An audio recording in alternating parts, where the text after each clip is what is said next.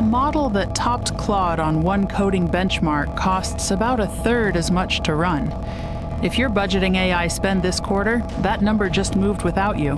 But almost nobody can actually deploy it, and the reason is buried in the hardware. Cheap and open should mean accessible. It doesn't here. Moonshot AI released Kimi K3 with 2.8 trillion parameters, one of the largest open-weight frontier models ever released, and the pricing reads like a correction to the entire market. OpenRouter lists it at $3 per million input tokens and 15 per million output. OpenAI's GPT 5.6 flagship pricing sits at 5 and 30. Anthropic's Claude Fable 5 sits at 10 and 50. That is not a discount, that is a different category of spending. And yet the number of organizations that can actually run this model themselves is small enough to count. Something in that gap doesn't add up. Tom's Hardware called this Moonshot's DeepSeek moment, and the comparison is doing more work than it appears. Because DeepSeek's lesson in 2025 was about training cost. This one is about something else entirely. Here's the shape of it. The cheapest model on the market carries one of the most expensive hardware requirements anyone has seen. Why that's true takes two more pieces. Kimi K3 reached #1 on the front-end code arena. That is the first piece. Arena.ai S ranking covers front-end coding tasks specifically, not general capability. And K3 placed above Claude Fable 5 there, a 17-place jump compared with the previous public Kimi release. It led in 6 of 7 front-end domains. Moonshot also published internal comparisons against GPT 5.5 and Claude Opus 4.8. Vendor benchmarks are not independent evidence, and this channel will always separate the two for you. There's a second caveat. Those results come from API access only. Weights don't land publicly until July 27th, so nobody outside Moonshot has verified them yet. Reports also suggest K3 runs noticeably slower than frontier models from Anthropic and OpenAI, and Arena's broader rankings place it top 10 on most tests, winning only a couple. So the accurate read is not that China now leads. It's narrower and more consequential. Frontier-class results are no longer exclusive to closed models behind a subscription. What made that possible is the architecture underneath. Sparsity is the whole trick. Bloomberg sources report Kimi K3 has the highest sparsity ratio yet seen in any AI model. Sparsity measures how many parameters activate for a given task relative to total model size.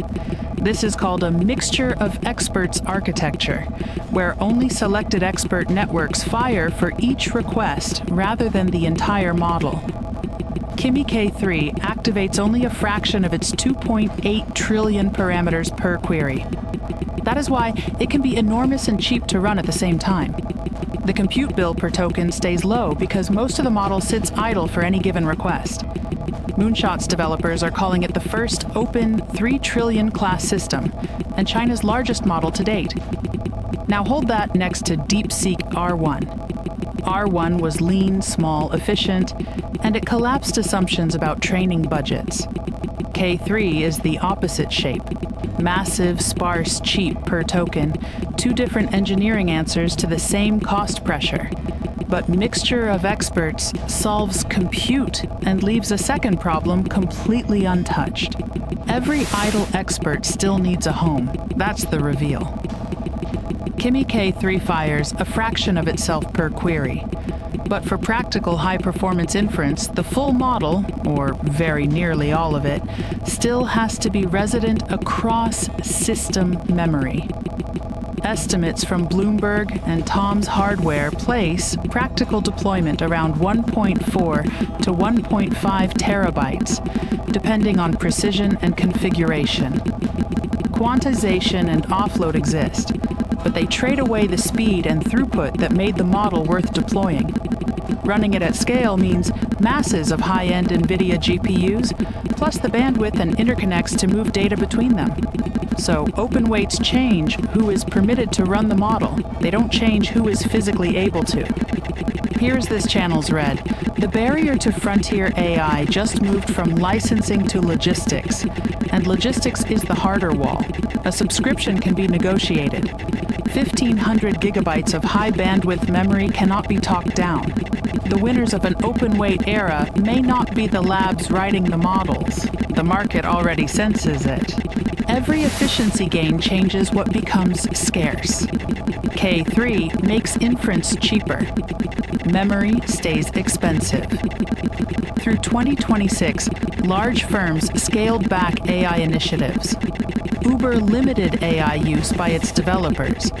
Meta reportedly shifted part of its AI infrastructure strategy toward monetizing unused compute capacity. xAI reportedly leased or redirected substantial Colossus 1 capacity to Anthropic at a discounted rate. Every one of those moves suggested a demand cooldown. Kimi K3 points the other direction. Jevons Paradoxes says efficiency gains increase total consumption rather than shrinking it, and cheaper inference invites more of it on hardware that still demands terabytes of DRAM and HBM. Tom's hardware is blunt about who profits, memory makers, regardless of how this resolves. The supply side is shifting too. Chinese DRAM maker CXMT is on track to eclipse Micron's wafer capacity by the end of this year. Our take, stated as analysis and not fact, if the frontier standardizes on sparse trillion parameter models, the bottleneck stops being GPUs and becomes memory, which makes the policy fight now underway almost beside the point. Washington is aiming at the wrong bottleneck. The Trump administration is reportedly reviving a push to ban Chinese AI models, citing cybersecurity following the K3 launch. Microsoft is separately weighing Kimi K3 for Copilot. Both things are true at once, which tells you how unsettled this is. But once weights are released and mirrored across public repositories, removing every copy becomes practically impossible. Tom's Hardware's closing judgment lands there. Hardware requirements are likely a bigger limit on K3 adoption than any government bloc. Our analysis is similar, with one important caveat. Bans still shape enterprise procurement because large regulated companies will not touch a restricted model no matter how cheap it is. So watch three things: whether the July 27th weights reproduce the benchmark claims, whether DRAM and HBM pricing move in response, and whether any Western lab answers with sparsity instead of price cuts. That last one tells you who actually understood what happened here. Subscribe and hit the bell so the